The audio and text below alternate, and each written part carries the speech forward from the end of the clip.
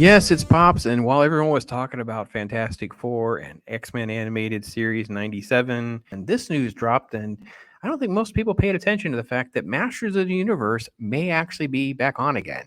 Not with the same folks. It sounds like they're getting some new people behind it and involved. So this is the Masters of the Universe.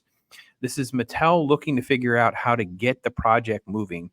Sounds like it's back on again with Travis Knight, who you're more likely to know with like stop motion type projects and things like that. For those of you who don't know anything about the Knee Brothers, so the Knee Brothers did a movie called The Lost City. The link is in the description of us doing a talk hard on it because we were talking about the Masters of the Universe thing. Was they basically burned through $30 million and have nothing to show for it. So yeah, they got kicked out.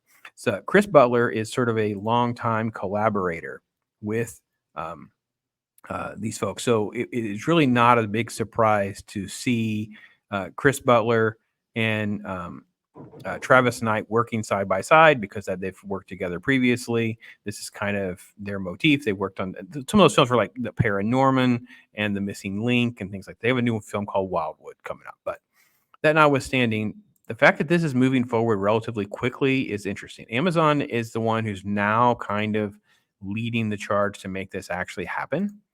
There's no real comments from them yet. Nike hasn't really done a lot of live action stuff. He did a Bumblebee movie in 2018, which I actually did really enjoy.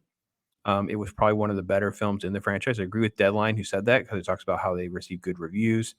I don't know if that makes him the best candidate for Masters of the Universe, but I'm not opposed to it. So let me leave you with this. Let me ask you this because I kind of trolled you a little bit by putting Alan Rickson in the in the thumbnail. So I kind of trolled you a bit by putting Alan Rickson in the thumbnail. So let me ask you this: what do you want? What would you like to see out of a Masters of the Universe project? What can they do that would make you a fan happy? Is there really anything that can be done?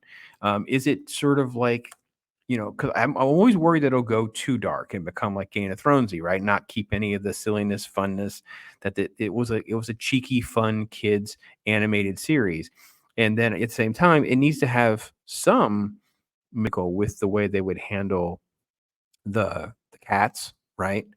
Battle Cat. I would like to see some practical and CGI in some of that, but I doubt that we're going to get that.